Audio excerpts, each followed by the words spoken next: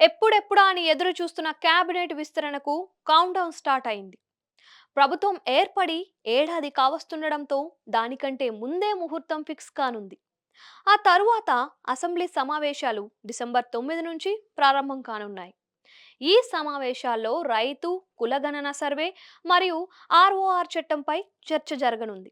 ప్రభుత్వం ఇప్పటికే అనేక కీలక అంశాలను ఈ సమావేశాల్లో ముందుకు తీసుకురావడానికి సిద్ధమవుతోంది. డిసెంబర్ 7తో రేవంత్ రెడ్డి ప్రభుత్వం తన పదవీ కాలంలో ఏడాది పూర్తి చేయనుంది. ఈ సందర్భంగా మంత్రివర్గ విస్తరణకు గ్రీన్ సిగ్నల్ ఇచ్చే అవకాశాలు కనిపిస్తున్నాయి. మహారాష్ట్ర ఎన్నికల ఫలితాల అనంతరం ఈ ప్రక్రియ వేగం పుంజుకోనుందని తెలుస్తోంది. నిజామాబాద్, ఆదిలాబాద్, హైదరాబాద్, రంగారెడ్డి వంటి జిల్లాలకు ప్రస్తుతం కేబినెట్లో ప్రాతినిధ్యం లేకపోవడం విస్తరణను మరింత కీలకంగా మారుస్తోంది.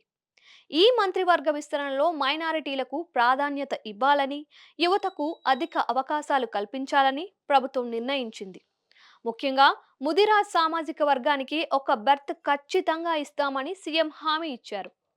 విస్తరణలో తోడుగా కొన్ని శాఖల మార్పు కూడా ఉండే అవకాశం ఉంది. మొత్తం 6 మంత్రివర్గ స్థానాల కోసం 10 మంది ఎమ్మెల్యేలు పోటీ పడుతున్నారు.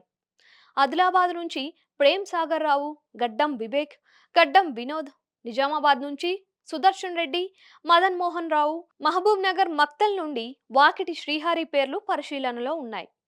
ఎస్టీ కోటాలో బాలు నాయక్, నల్గొండ జిల్లాలో కోమటిరెడ్డి రాజగోపాల్ రెడ్డి బలమైన ఆశావహులుగా ఉన్నారు. ఇదిలా ఉంటే రాష్ట్రంలో త్వరలోనే పంచాయతీ ఎన్నికలు జరగనున్న నేపథ్యంలో ఆసరా పెన్షన్, రైతు భరోసా వంటి పథకాల అమలుకు ప్రభుత్వం ప్రణాళికలు సిద్ధం చేస్తోంది. ఈ పథకాలు ప్రజల్లో ప్రభుత్వంపై నమ్మకాన్ని పెంచేందుకు దోహదపడతాయని భావిస్తోంది. ఇదిలా ఉంటే కొండపోచమ్మ సాగర్ సమీపంలోని హరీష్ రావు ఫామ్ హౌస్ పై విచారణను ప్రభుత్వం ప్రారంభించింది. ఈ చర్యతో రాజకీయ వాతావరణం మరింత వేడెక్కనుంది. ఇవన్నీ రాష్ట్ర రాజకీయాల్లో ఆసక్తికరంగా మారాయి. డిసెంబర్ సమావేశాలు, మంత్రివర్గ విస్తరణపై అందరి ఫోకస్ ఉంది.